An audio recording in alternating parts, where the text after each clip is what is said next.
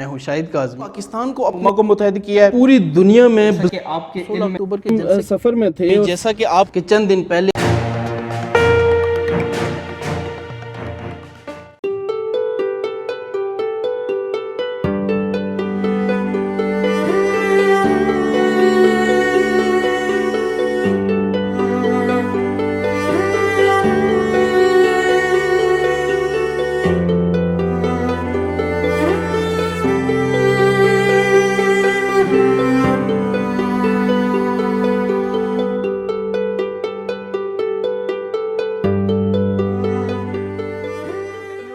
अस्सलाम वालेकुम नाज़रीन, जैसा कि आपके इल्म में है कि इस वक्त 3 कोपे माह के केटू को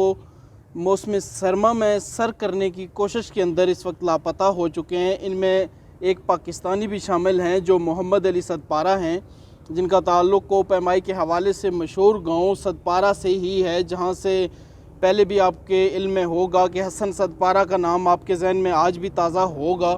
कि जिनको सदारती तमगा हुस्न कारकर्दगी से भी नवाजा जा चुका है। इसके अलावा इस मुहिम में उनके साथ उनके बेटे साजिद अली सदपारा शामिल थे, जो आखिरी बेस कैंप से फ़ाइनल समिट हिट करने के लिए जो जा रहे थे, तो उस वक्त उनके ऑक्सीजन रेगुलेटर में कमी की वजह से वो वापस आ गए। दीगर 2 कोपे माह जो उनके साथ लापता हैं, उनमें एक जॉन स्नोरी हैं जो आइसलैंड से ताल्लुक़ रखते थे। इसके अलावा चिली के पाओलो मोरी हैं, जॉन पाओलो मोरी हैं, जो इस वक्त लापता हैं और इनके बारे में पिछले 6 रोज़ से मुख्तलिफ़ अंदाजे भी लगाए जाते रहे हैं, तज्ज़िये भी किए जाते रहे हैं और इसके अलावा रेस्क्यू एंड सर्च ऑपरेशन भी जारी है। पाकिस्तान आर्मी के हेलीकॉप्टर्स की मदद से C-130 तैयारे भी इसमें इस्तेमाल किया जा चुका है। इसके अलावा कुछ दीगर क़यास आराइयाँ भी की जा रही हैं कि आज जिस तरह एक चीज़ सामने ये आई कि हो सकता है कि ये इतने तजर्बाकार लोग थे, बर्फ़ का कोई गार बना के वहाँ पर रह सकते हैं। अहल खाना के हवाले से भी कुछ खबरें सामने आना शुरू हो चुकी हैं कि जैसे साजिद अली सदपारा जो मोहम्मद अली सदपारा के बेटे हैं, वो भी इस मुहिम में शामिल थे और वापस आ चुके हैं इस वक्त स्कर्दू। उनका ये कहना है कि अब ये मुहिम जो है ये बुनियादी तौर पे उनके वालिद को ज़िंदा तलाश करने के बजाय उनके जो मैते हैं उनको तलाश करने के हवाले से होनी चाहिए। और जो सबसे ज़्यादा देर तक डेथ जोन में ज़िंदा रहने का इस वक्त तक का रिकॉर्ड जो 90 दिन का नेपाली कोपे माह का है, तो ये कहना यकीनी तौर पे अब ये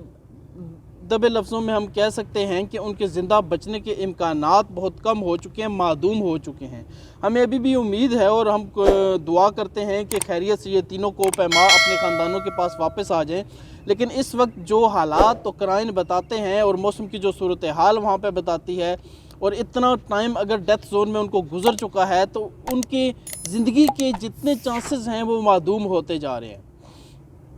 बुनियादी तौर पर ये डेथ जोन है क्या, और ये जो कोपे माह हैं इनको साजिद अली सदपारा ने आखिरी दफ़ा देखा कहाँ पे और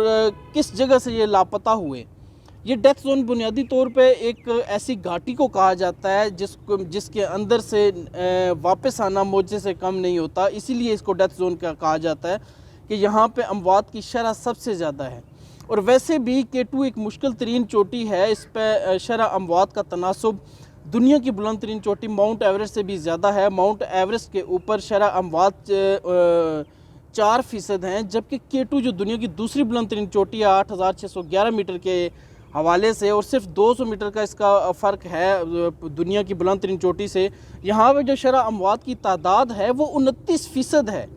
इस बुलंद तरीन शरह अमवात रखने वाली चोटी के हवाले से आप अंदाज़ा लगा लीजिए कि इसको सर करना कितना मुश्किल है। और इसी हवाले से ये सर करने के लिए मुश्किल होने की वजह से ही कोपेमाई की जन्नत भी तस्वर की जाती है कि कोपेमा इस चैलेंज को सर करने की सर तोड़ कोशिश करते हैं।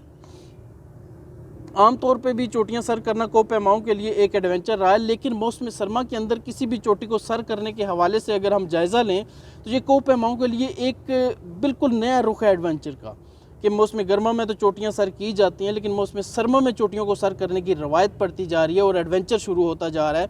और आज जिस वक्त हम इन 3 को लापता कोपेमाओं की बात कर रहे हैं, तो अब से चंद दिन पहले ही नेपाली कोपेमाओं की एक टीम ने तारीख़ में पहली मरतबा केटू को सर्द मौसम में सर किया है। सर्द मौसम में सर करने की ये मुहिम जारी थी, जिस मुहिम का हिस्सा यही एडवेंचर था मोहम्मद अली सदपारा, जॉन स्नोरी और पाओलो मोरी का,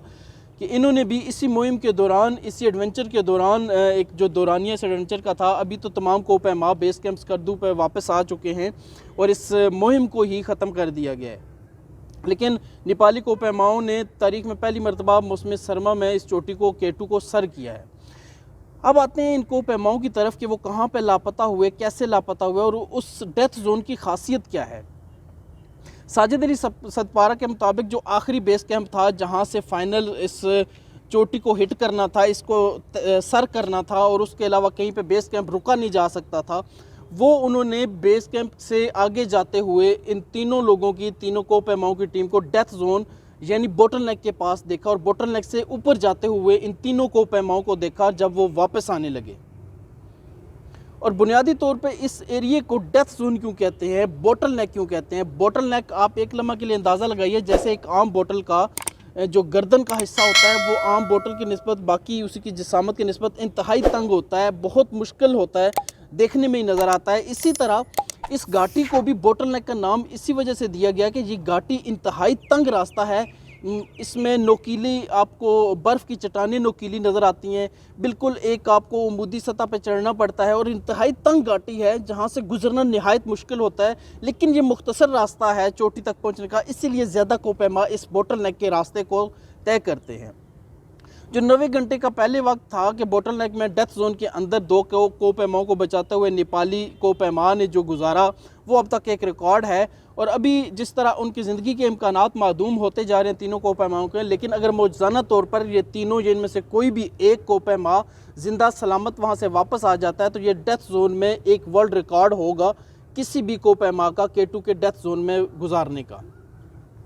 लेकिन यहाँ पे अभी रेस्क्यू एंड सर्च ऑपरेशन जो पाक आर्मी और अब 6 कोपैमाओं की टीम तरतीब दे दी गई है, ये रेस्क्यू एंड सर्च ऑपरेशन इसलिए भी पाकिस्तान के लिए बहुत अहम है कि ये पाकिस्तान के पहाड़ी इलाके सेहत के हवाले से बहुत अहम है। तो वहाँ पे लापता होने वाले कोपैमाओं को पाकिस्तान किस तरह रेस्क्यू करता है, किस तरह इस रेस्क्यू ऑपरेशन को जारी करके उनकी बाकियात या उनको ज़िंदा वापस लाने की, अगर वो ज़िंदा हैं तो कोशिश करता है, तो इस पर आलमी सतह पर भी एक मुस्बत तासुर उभरेगा और दीगर कोपैमा पाकिस्तान की सहूलियात मुहैया करने के हवाले से भी यकीनी तौर पर इस पूरे अमल को सराहेंगे और इस पूरे अमल में पाकिस्तान की कोशिशों की तारीफ़ करेंगे।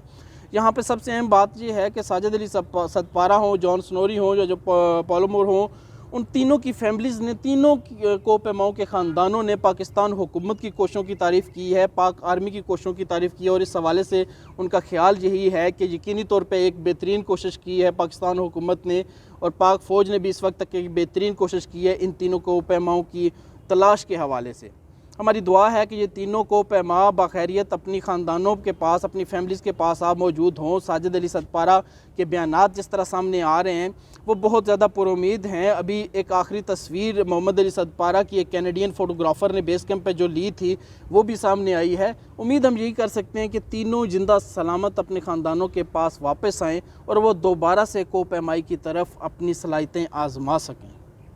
इस दुआ के साथ इस ब्लॉग को शेयर करना ना भूलिएगा, इस पर राय देना ना भूलिएगा। अगर आपको मेरा चैनल अच्छा लगे तो चैनल को सब्सक्राइब करना हरगिज़ ना भूलिएगा। अल्लाह हाफ़िज़।